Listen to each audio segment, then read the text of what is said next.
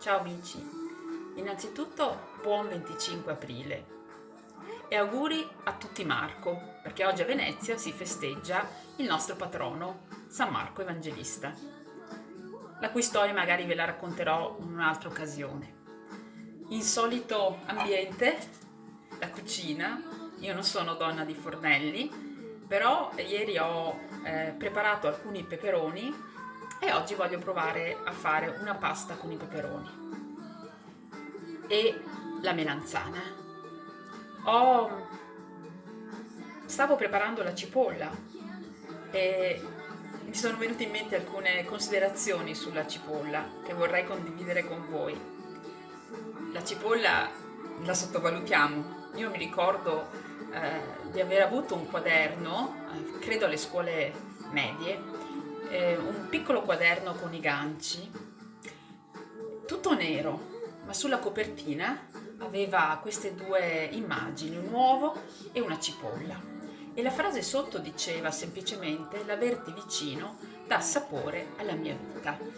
E quindi era anche indicativo, no? Uno scherzo, un gioco di parole, però si capiva come la cipolla potesse favorire anche, no? Esaltare i sapori. E mi ricordo anche che mi fecero studiare la famosa Ode alla cipolla di Pablo Neruda, in cui il poeta chiama nei primissimi versi, se non ricordo male, anfora luminosa questo ortaggio. Ma l'ortaggio, la cipolla è nota in area mediterranea fin da tempi antichissimi. La troviamo nell'Egitto dei faraoni, nelle tombe faraoniche, nei geroglifici, nei riferimenti culturali dell'antico Egitto. La troviamo in Grecia, associata alla Latona, la madre di Apollo e di Artemide, la diana latina, perché si narra che la divinità non riuscisse più, una volta rimasta incinta dei due gemelli, non riuscisse più a nutrirsi. E l'unico ortaggio che le suscitò l'appetito, che le stimolò l'appetito, fu la cipolla. E quindi la cipolla ha delle virtù meravigliose, terapeutiche, ottimo cardiotonico, ottima contro i calcoli renali, contro le infezioni, mi sembra di fare il manuale di medicina, contro in alcune aree geografiche, no, le punture di insetto vengono trattate con il succo di cipolla o strofinando la cipolla sulla ferita stessa, e quindi in questo modo si riesce a lenire il dolore, il fastidio più che il dolore. Quindi la cipolla è sicuramente piena di virtù, nonostante ci faccia piangere, infatti ve ne parlo prima di iniziare a cucinare. E nonostante queste virtù, vi stavo dicendo, la cipolla poi è stata associata ad aspetti negativi, forse per il fatto che cresca di notte, quindi in ambiti notturni, sconosciuti, meno accessibili. E quindi è associata a questa, sapete, idea anche del negativo. Pensate agli strati, gli strati nascondono, no? Non fanno vedere l'interno, quindi in alcuni scritti è associata all'ipocrisia, purtroppo, ma anche alla semplice espressione mangiare pane e cipolla. Vuol dire essere poveri, non avere possibilità economiche. E quindi la cipolla ancora una volta, quante volte la utilizziamo nelle nostre terminologie, nei nostri modi di dire?